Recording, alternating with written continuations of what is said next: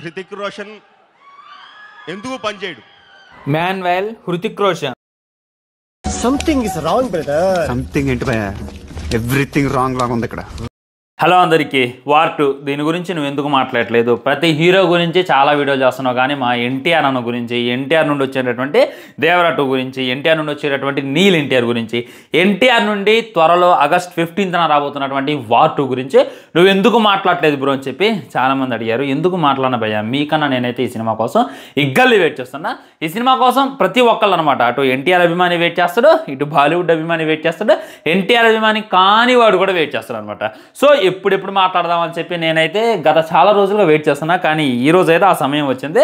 Reason ఏంటంటే ఇంకో ఈ విధంగా మన హృతిక్ రోషన్ గారిది ఫస్ట్ లుక్ అయితే బయటకు వచ్చింది. అంటే ఇక మేకింగ్ వీడియో అనుకోవచ్చు, ఫస్ట్ లుక్ కూడా అనుకోవచ్చు. నిజంగా ఎలా ఉన్నారా బాబు అంటే చూడగానే మతిపోతుంది. గన్ను చిన్నగా ఉంది. ఒకప్పుడు ప్రభాస్ అన్న చేతిలో గన్ను చూస్తేనే చాలా చిన్నగా కనపడేది అనమాట. ప్రభాస్ అన్న బుజ్జి వెహికల్ని డామినేట్ చేసిందండి. ఆ తర్వాత నాకు కట్అవుట్ పరంగా భయంకరంగా నచ్చింది ఎవరిన అంటే ఖచ్చితంగా హృతిక్ రోషనే. మన గ్రీక్ గాడ్ అంటారు తన్ని. ఇక తన గురించి నేను ప్రత్యేకించి ఎలివేషన్ ఇవ్వాల్సిన అవసరం లేదు. ఆ బాడీ అయినా, ఆ డ్యాన్స్ అయినా, ఆ స్కిల్ అయినా బాలీవుడ్లో ఉండాల్సినటువంటి యాక్టరే కాదు, హాలీవుడ్లో ఉండాల్సినట్టు బాలీవుడ్కి ఒక గిఫ్ట్ లాగా దొరికిండు అని చెప్పి ప్రతి ఒక్కరు అనుకుంటారు. సో ఈ విధమైనటువంటి లుక్ చూసిన తర్వాత చాలామందికి మతిపోయింది అనమాట. ఇవాళ ఆ కట్అవుట్ ఏంటని అని చెప్పి ఈ విధంగా పోస్ట్ అయితే పెట్టిన. పోస్ట్ పెట్టగానే కింద చాలా కామెంట్స్ వచ్చినాయి అనమాట. సో ఎన్టీఆర్ అన్నని చాలామంది ట్రోల్ కూడా చేస్తున్నారు అనమాట. ముందైతే దాని కింద వచ్చినటువంటి కామెంట్లు చూద్దాం, దానికి సమాధానం చెప్తాం. ఆ తర్వాత మీమ్స్ వచ్చినాయి. ఆ తర్వాత ఎన్టీఆర్ అన్న ఫస్ట్ లుక్ ఎప్పుడు రావచ్చు, సినిమా ఖచ్చితంగా ఆగస్టు 15న వస్తుందా రాదా అనేటటువంటిది క్లారిటీగా మాట్లాడుకుందాం. చాలామంది చాలా రకాలుగా కామెంట్ చేశారు. ఇప్పుడు చూడండి, మంచి కామెంట్లు ఉంటే, చెడు కామెంట్లు ఉంటే. చెడ్డ కామెంట్లు ఎదవ చేస్తూనే ఉంటారు లేండి, హేటర్స్ ఈ విధంగా ట్రోల్ వీడియోలు చేసుకోవడం అది ఇది అయితే మనకు జరుగుతూనే ఉంటాయి. కానీ మంచి కామెంట్లు ఉంటాయి అనమాట. అంటే ఇప్పుడు ఎన్టీఆర్ డైహార్డ్ అభిమానులు ఈ విధంగా హృతిక్ రోషన్ని చూసి ఏంది వాము ఈ కట్అవుట్ ఏం తింటుంది, ఏనేం తింటున్నాడు, మళ్ళీ మేము ట్రోల్స్ ఎదుర్కోవాలా, మళ్ళీ స్క్రీన్ ప్రజెన్స్లో ఎన్టీఆర్ని ఏమైనా డామినేట్ చేస్తాడా అని చెప్పి మాట్లాడుతున్నారు అనమాట. అండ్ చాలామంది ఎన్టీఆర్ హైట్ని కూడా క్వశ్చన్ చేస్తున్నారు.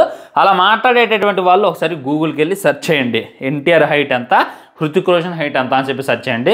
నాకు తెలిసి కొన్ని సెంటీమీటర్ల మట్టికే తేడా ఉంది. దానికి పెద్ద మీరేదో 7 ఫీట్స్ ఉన్నట్టు, మీరేదో 6 ఫీట్స్ ఉన్నట్టు, మీరు అభిమానించేటటువంటి హీరో 10 ఫీట్స్ ఉన్నట్టు ఎన్టీఆర్ అన్న హైట్ని గురించి ఎప్పుడు కూడా ట్రోల్ చేయమాకండి ఫ్రెండ్స్. ఒకటి గుర్తుపెట్టుకోండి, ఎవరినైనా సరే మీ నోటితో ఒరే కర్రోడా, ఒరే పొట్టోడా అని అన్నారు అని అంటే మీరు వాడిని అన్నట్టు కాదు, డైరెక్ట్గా దేవుడిని అన్నట్టే. ఎందుకంటే దేవుడు వాడిని ఆ విధంగా పుట్టించిండు. రేపటి రోజున నువ్వు ఒకరిని పొట్టోడా అని ఎక్కిరిస్తే నీకు పొట్టి కొడుకులే పుడతారు. నువ్వు హైట్ ఉన్నా కానీ నీకు పొట్టి కొడుకులు పుట్టారనుకో ఎలా ఉంటుందో ఒకసారి ఇమేజిన్ చేసుకో. నువ్వు ఎవరైనా కర్రోడా అన్నావు అనుకో, నీ కర్రీ కొడుకులు పట్టవచ్చు, కర్రీ కూతుర్లు పట్టవచ్చు. రేపటి రోజున నువ్వు ఎంత బాధపడతావు ఒకసారి. సో మీరు అనేది వాళ్ళ కాదు, డైరెక్ట్గా దేవుణ్ణి తిడుతున్నారు అనేటటువంటిది గుర్తుపెట్టుకోండి. దీంట్లో మన పురాణాల్లో కూడా దీని గురించి చాలాసార్లు అయితే చర్చించారనమాట. ఏ మనిషినైనా సరే ఆయన లోపం బట్టే మనం ఆయన్ని ఎక్కిరించకూడదు, ఆయన లోపం బట్టి ఇచ్చేయకూడదు అనేటటువంటిది ఫ్యాక్ట్ అనమాట.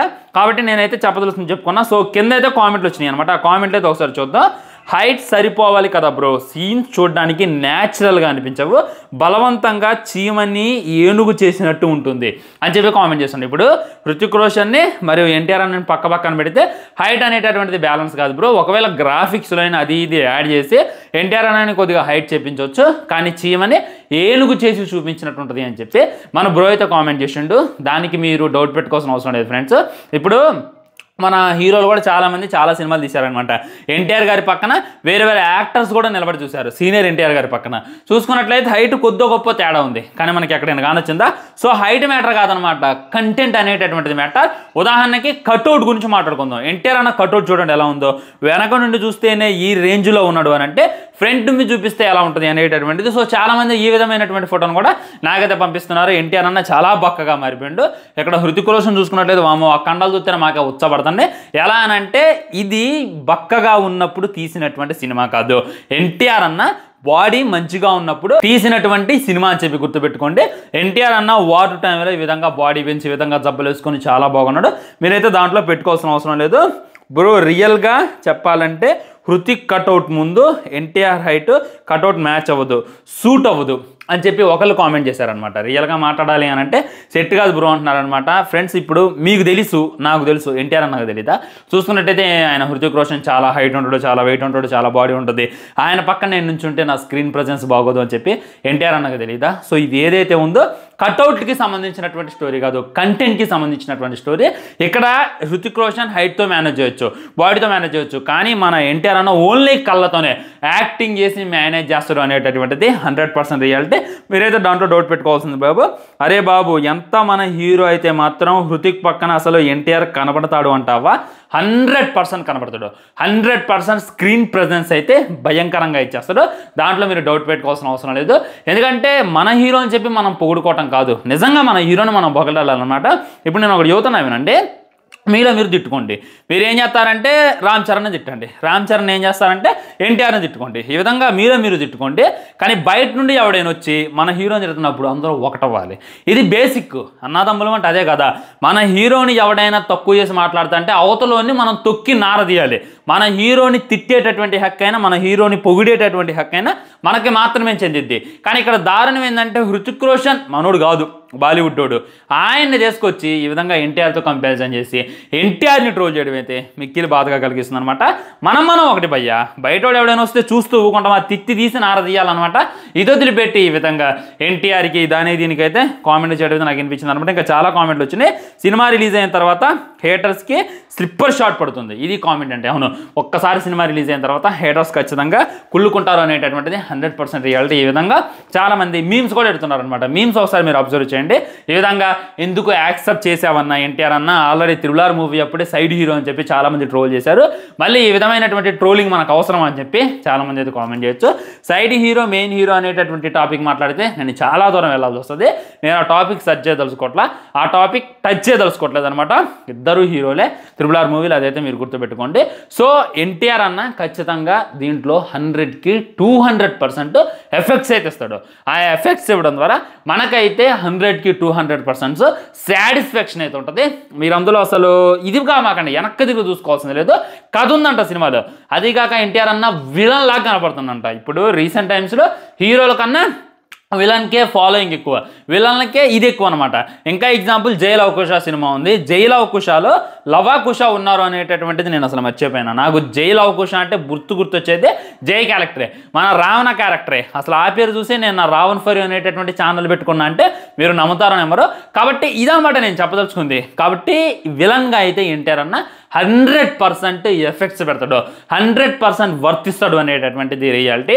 ఈజీగా హృతిక్ రోషన్ని డామినేట్ చేస్తాడు.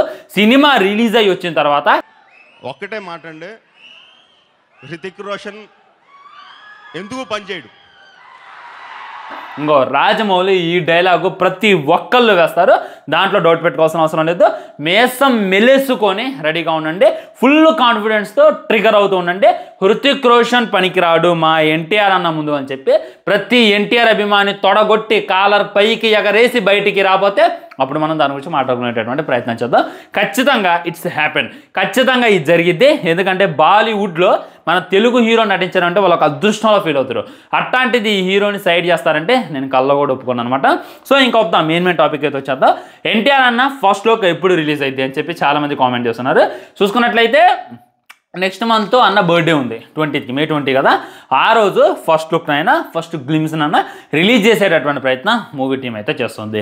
ఇదైతే చాలా అప్రిషియేట్ చేయాల్సినటువంటి విషయం. ఎందుకంటే ఇంత త్వరగా ఈ సినిమా మన ముందుకు వస్తుంది, మనోలాగా ఉండదు అనమాట. ఉదాహరణకి నేను నెక్స్ట్ మాట్లాడదా హరిహర వీరమల్ల వీటి గురించి. ఇవి భయంకరంగా పోస్ట్ పోన్ అయిపోతున్నాయి. కానీ ఈ సినిమా చూసుకున్నట్లయితే పోస్ట్ పోన్ అయ్యేటటువంటి ఛాన్సే లేదు. ఖచ్చితంగా August 15th వస్తుంది. మేలో అన్నకి సంబంధించినటువంటి టీజర్ గ్లిమ్స్ వస్తుంది. రీసెంట్గా ఈ టైమ్స్లోనే మ్యాక్సిమం ఫస్ట్ లుక్ని అయితే రిలీజ్ చేసేటటువంటి ప్రయత్నం చేస్తున్నారని చెప్పి క్లారిటీగా అర్థమవుతుంది. అండ్ అది కాక ఎన్టీఆర్ అన్నకి మరియు హృతిక్ రోషన్ కలిపి ఒక గట్టి డ్యాన్స్ని అయితే పెట్టిందంట. ఆ డ్యాన్స్ అయితే నెక్స్ట్ లెవెల్ ఉంటుందంట. ఆ డ్యాన్స్ వస్తుంటే మనల్ని మనం మర్చిపోదామంట. నాటు రేంజ్లో ఏదో గట్టిగా ప్లాన్ చేస్తున్నారు అనేటటువంటిది ఇంకా క్లారిటీగా అర్థమవుతుంది. ఒకవైపు స్పీడ్ డాన్సర్, ఇంకోవైపు స్పీడ్ డాన్సర్, ఇద్దరు స్పీడ్ డాన్సర్లు కలిసి పోటీ పడి డ్యాన్స్ చేస్తుంటే మళ్ళీ ఖచ్చితంగా త్రిబుల్ మూవీ లాంటిది రిపీట్ అయింది అని చెప్పి నేనైతే 100% అనుకుంటున్నా. కానీ ఒకటి మట్టిగా చెప్తున్నాను, ఈ సినిమా కోసం వెయిట్ చేస్తున్నాము మనం అంటే దానికి రీజన్ ఎన్టీఆర్ అనేటటువంటిది ఎవడు మర్చిపోమాకండి. అర్థమైంది, నేను డబ్బా కొట్టట్లా. ఇప్పుడు మనం ఈ సినిమా గురించి ఇంత వీడియో చేసిన మీరు చూస్తున్నారు అంటే దానికి కారణం ఎన్టీఆర్ ఆ సినిమాలో ఉండవు అని చెప్పి మీకు ఆ సినిమా మీద హైప్ క్రియేట్ అయింది, మీకు ఆ సినిమా చూడాలి అనేటటువంటి ఫీలింగ్ వస్తుంది. ఒకవేళ వార్ 2లో ఎన్టీఆర్ నటించకపోతే ఆ సినిమాని తెలుగు వాళ్ళు కనీసం డేకను కూడా డేకరు అనేటటువంటిది 100% రియాలిటీ ఫ్రెండ్స్. వార్ 1 కన్నా ఈ వార్ 2 ఇంకా భయంకరంగా ఆడిద్ది. ఇందులో షారుఖ్ ఖాన్ గారి కామెడీ ఉంటుందంట, సల్మాన్ ఖాన్ కూడా ఎంట్రీ ఉంటుంది అని చెప్పి బయట గట్టి వినపడుతున్నటువంటి వార్తలు అనమాట. నేనైతే గల్లీ వెయిట్ చేస్తాను. అది అనమాట వార్ 2కు సంబంధించి ఎన్టీఆర్ అన్న మీద వచ్చేటటువంటి ట్రోల్స్కి సంబంధించి నేను ఇచ్చేటటువంటి సమాధానం. దీని మీద మీ కామెంట్ కూడా తప్పకుండా కింద కామెంట్ చేయండి. ఉంటాం మరి. బై. ఛానల్ని సబ్స్క్రైబ్ చేయండి, వీడియో లైక్ చేయండి, వీలైనంత షేర్ చేయండి. ఇవన్నీ మాత్రం జై హింద్.